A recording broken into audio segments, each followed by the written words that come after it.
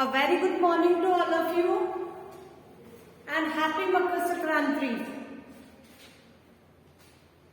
Student, today we are going to start our new poem, The Snake Trying. Here is snake trying. Snake मतलब सांप and trying मतलब कोशिश कर रहा है.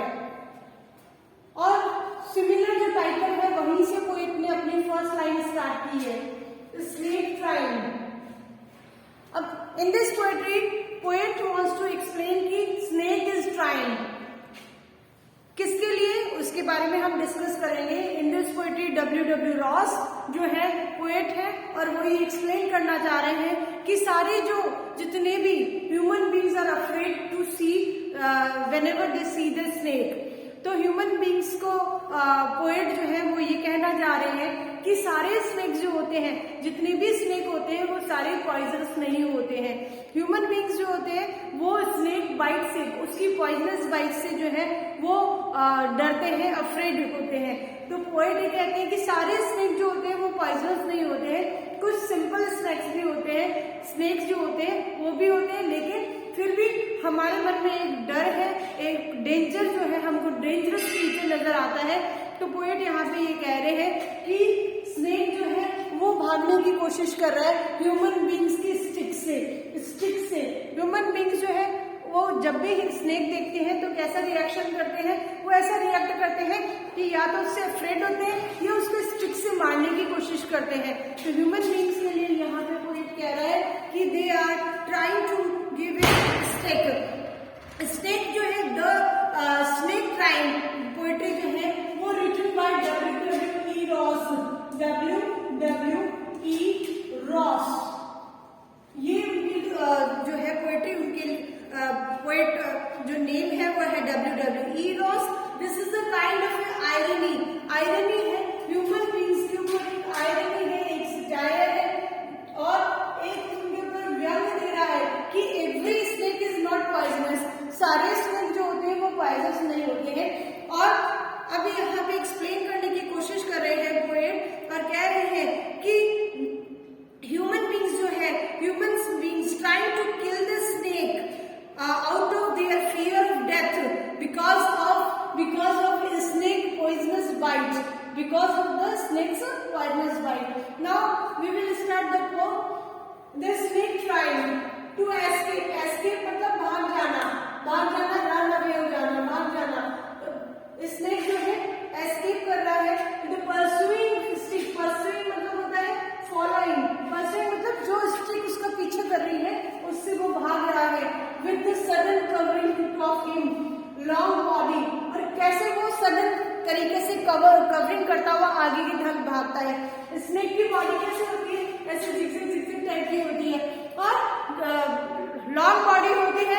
जब भी स्नेक मूव करता है तो बड़ी अच्छे स्टाइल में ऐसे जिगजिग करता हुआ मूव करता है. तो वो जो उसकी कर्व होती है, उसकी होल बॉडी जो कर्व होती है बार बार कवरिंग जो है कर्विंग करती है, उसके लिए और पोएट जो है वो कहता है कि with the sudden covering of him long body, इस तरीके से उसकी लॉन्ग बॉडी मूव करती है. How beautiful and graceful are his shape. कितना सुंदर, ब्यूटीफुल सुंदर, ग्रेसफुल मतलब इफेक्टिव, और कितना ग्रेसफुल एंड इफेक्टिव उसकी बॉडी, उसकी शेप होती है. He glides through the water away. और पोएट ये कह रहे हैं कि किस तरीके से वो अपनी बॉडी को मूव करता है.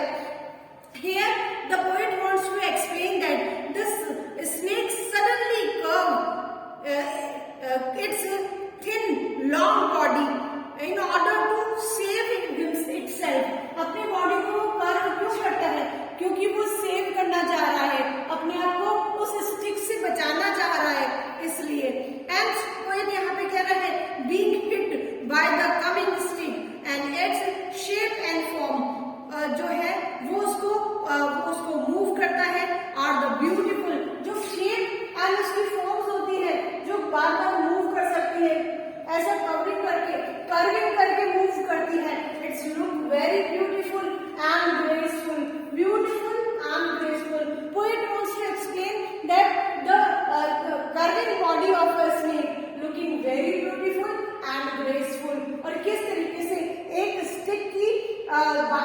जो उसकी स्टिक से अपनी बॉडी को अपनी शेप से किस तरीके से सिक्योर करता है, किस तरह से ही gills through the water away from the stock. उस स्टॉक से बचने के लिए, स्टॉक मतलब पूरी ताकत से जो डंडा से स्टिक से हम उसको मारते हैं, उससे अपने आप को सेव करने के लिए वो पानी में भी चला जाता है।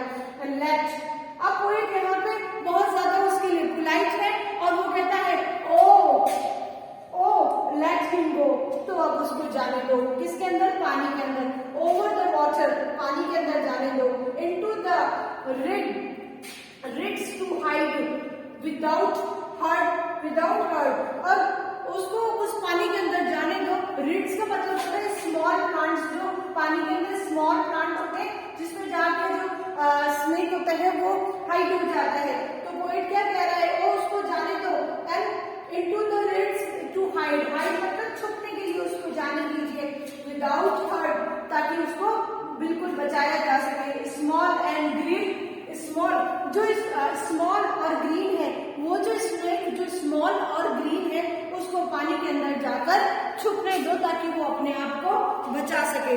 Here the poet wants to tell you that snake move smoothly into the water far from the attack of the human beings, far from the attack of this stick. He wants to move. The snake wants to move in the water and उसको save होने के लिए। And poet tells us कि let him go, उसको जाने दो, and उसको hide होने दो, उसको छुप जाने दो। himself, hide himself into the water, rid harmless, उस harmless से जो कि harmless है। he is small and green in color, here poet is saying that small and green, तो क्या कह रहे हैं कि he is small and green in color and without he is harmless, वो आपको हार्म नहीं पहुंचाता है। इवन टू द चिल्ड्रन, जबकि बच्चों को भी वो हार्म नहीं पहुंचाता है। यहाँ पे पोएट ये कहना चाह रहे हैं।